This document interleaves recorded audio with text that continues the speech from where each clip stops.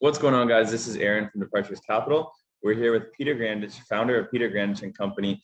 Nice to have you back, Peter. How are you doing today? Good to be back with you, Aaron. Thank you. Definitely. So can you give us an update and tell us, everything you've been up to in the last while since we spoke? Well, from a market standpoint, I guess the significant change would be that I now use the word petrified to describe my feelings about the general equity market here in the U.S. And I did get short, made a very short profit, got out because I was concerned the Fed was going to pump it again, and they did. But as we get to speak here, I'm looking to establish that short position again. It's not something that most people should do, but it's gotten to the point now that, we're on fumes, and it doesn't mean that we still can't go somewhat higher, but this is the most overbought, complacent filled, up extended beyond anything that imagined at a time when politically, socially, and economically, I don't think politically and socially the United States has been more split than perhaps its own civil war. And those are the type of things that I expect can eventually have to spill over to even the general equity markets. Yeah, I definitely agree with you on that. So a lot of our subscribers are interested in gold, silver. Can you give us your opinion on the precious metal sector? Like, do you think we're still headed for higher gold prices? And how are you currently playing this market? Well, it's one of only two sectors that I still stay aggressively long and still feel. In fact, the way I've been describing of late is I use in my Twitter post an empty boat, and then I use a boat overloaded with people. And the overloaded boat is the stock, bond, and Bitcoin boat, and the empty boat is the gold and silver boat.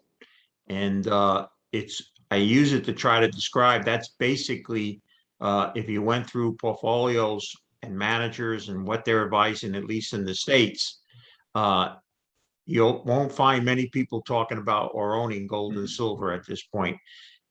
My success, and I've had a lot of failures, Aaron, I don't walk on water, but my successes have been being a contrarian and going on the philosophy it's better to be a year early than a day too late. It's a day too late now for stocks, bonds, and the Bitcoins. If you didn't get in them for these last 10 or something years, it's just not the time to start. In the gold and silver market, I've never seen, given its price, I've seen gold and silver more bullish when gold was under 300 and silver was at $7 than I see bullish sentiment now. And so the contrarian in me screams out to look at it. And what's real interesting is the major mining companies who normally at this point would be getting themselves into trouble with debt and buying projects at top dollar are in the best financial shape they've ever been since I followed this market, and I'm in my 38th year.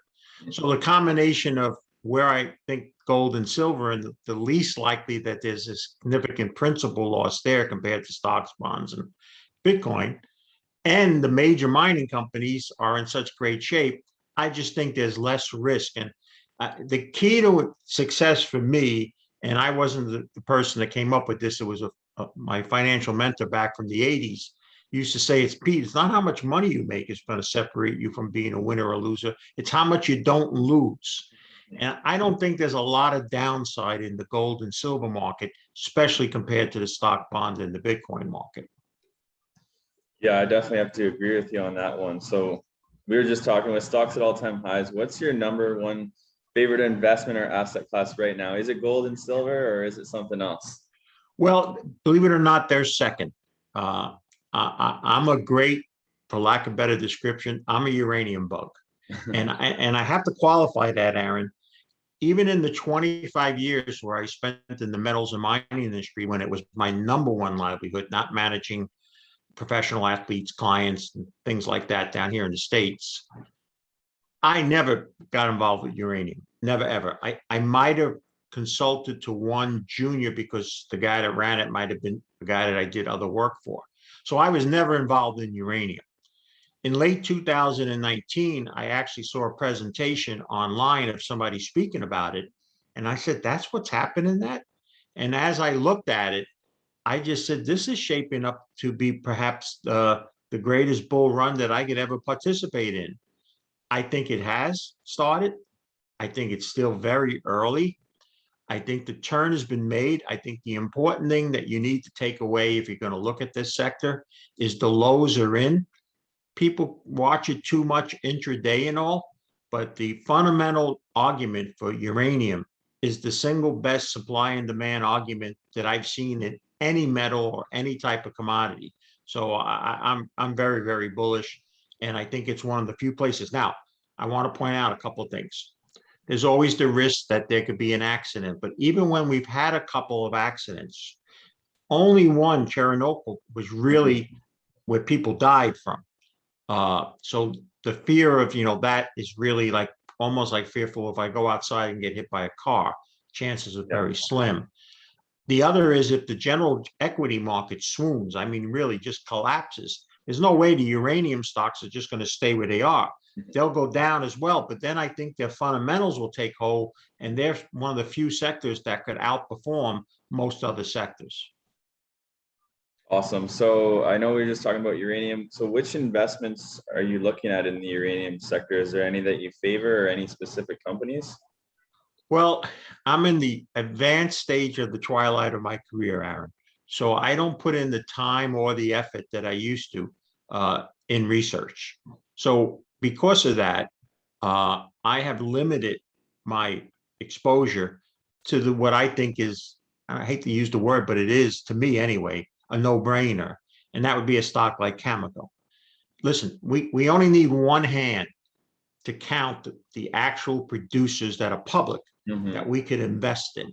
Okay. So if you believe in the story, the people that produce it are going to do really, really well. Okay. So I started Cameco. Now, I tell people, because I'm not an advisor anymore, I'm a private investor like everybody else, but I have a lot of friends and followers. So I share my thoughts as I'm doing with you now. The next step would be the exchange traded funds and there's a few of them, maybe two or three that are known, and they will have producers and maybe some advanced stage exploration uranium companies. Now, the new product that Sprott has come up with, which basically is a bet on the uranium price itself, I think that's a great bet right now. Now, you're not going to get 4 or 5 times return unless uranium goes up 4 or 5 times, but it's a good way to play that market. And I suspect we're going to see 1 or 2 more like that in the next 12 to 24 months come out as the uranium price comes up and as it becomes recognizable to people that this is a pretty hard to lose in this, and it has a lot of upside potential here. So I would do that. I would caution, listen, when we get in the latter stage of this bull market, most boats will rise. But I don't think, because it's going to be institutional driven, that early on you're going to see the grassroots, pie in the sky in some tough country to work in, see those uranium stocks going. And keep this in mind. The last I looked, and it was a few weeks ago, Aaron, the total market capitalization of publicly held uranium companies weren't even that of half of a Dow stock. So if and when any real money flows to this market, most of those boats are going to rise if they have uranium in their name or some involvement regarding uranium. Yeah, we see that in a lot of sectors. It's like everything runs once the bull's in full effect. So other than gold, silver, and uranium, are there any other investments that you favor right now? And if so, why? Well, I'll share with you, and I'll just caution your followers, just because this old man that they're looking at says so, it doesn't mean it's a certainty. But I have taken the single largest position I've ever taken in any company. It's called American Pacific Mining.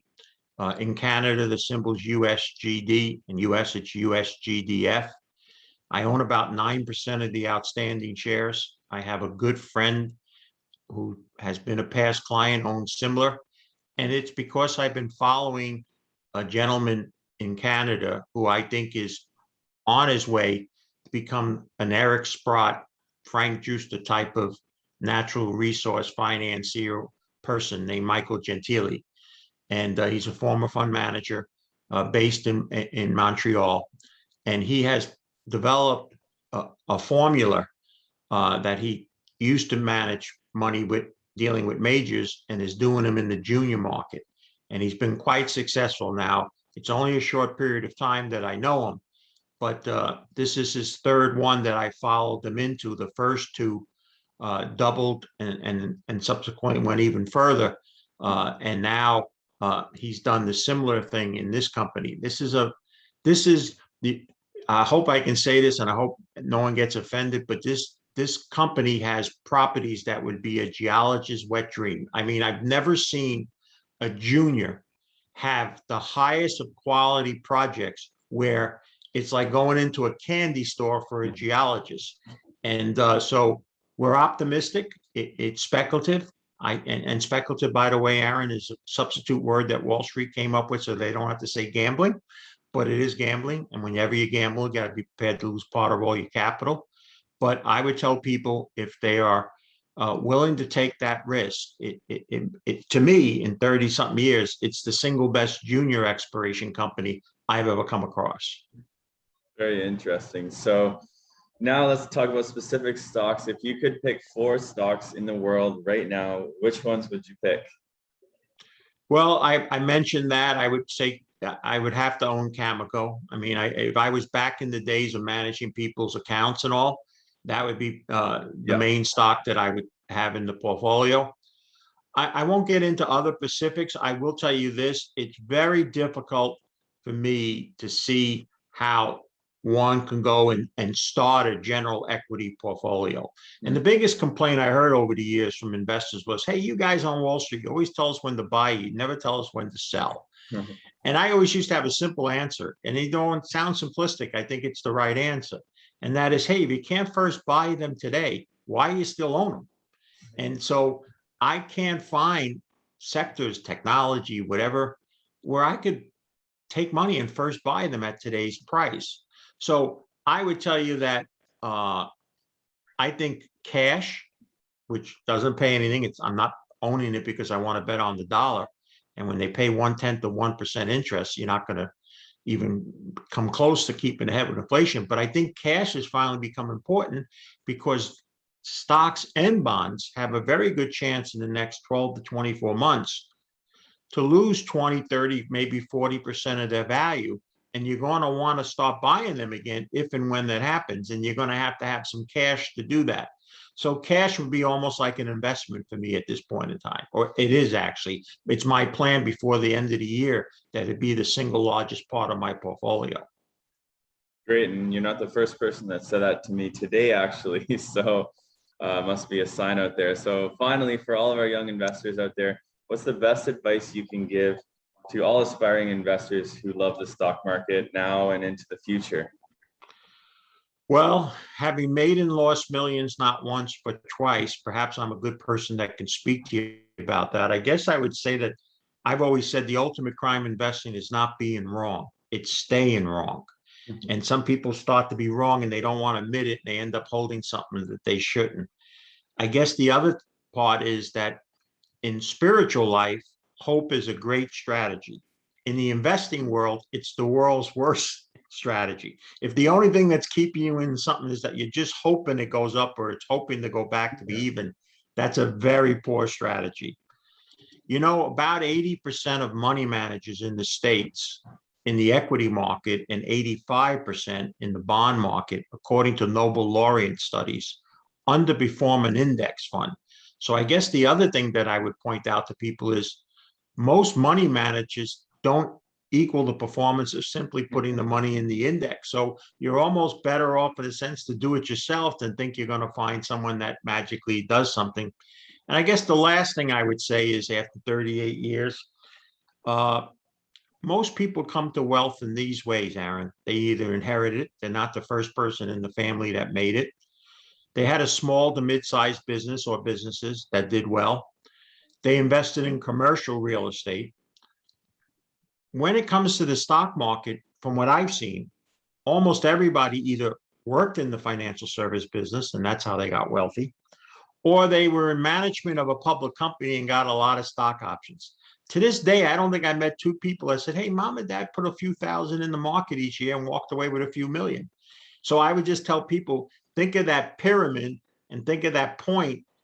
It takes a lot of people underneath for the people at top to make money. And we've had an extraordinary period of 18 months. And if you just started investing the last couple of years, it's kind of like going to the casino or a racetrack for the first time and you win and you go, hey, this is easy. It's not. It's not. And we could see the opposite happen over the next 18 months. And so I would just tell you, young viewers, not to think that it's always going to be like this. I think that's fantastic advice. And yeah, thank you so much for all of your information, Peter, and all your knowledge. And I look forward to having you back on again. Well, Aaron, I told you when we first did this that when I first started in the business 38 years ago, I was greatly helped by a well-known person at the time. And so my feeling is, young gentlemen like you who's trying to do a good service to people, if I could be assistant, that's the reason I'm here. And so I hope it continues to work out for you. And I'm honored that you gave me the chance to speak to you. That's wonderful. Well, thank you so much. And yeah, I look forward to talking again. All right, Aaron, God bless. All right, guys, that wraps up the video. Thank you so much for watching. I just wanted to say, if you do support me, the channel, and all these videos, then kindly smash that like button along with hitting the subscribe button and the bell for notifications for future videos. I did also want to say, check the disclaimer down below.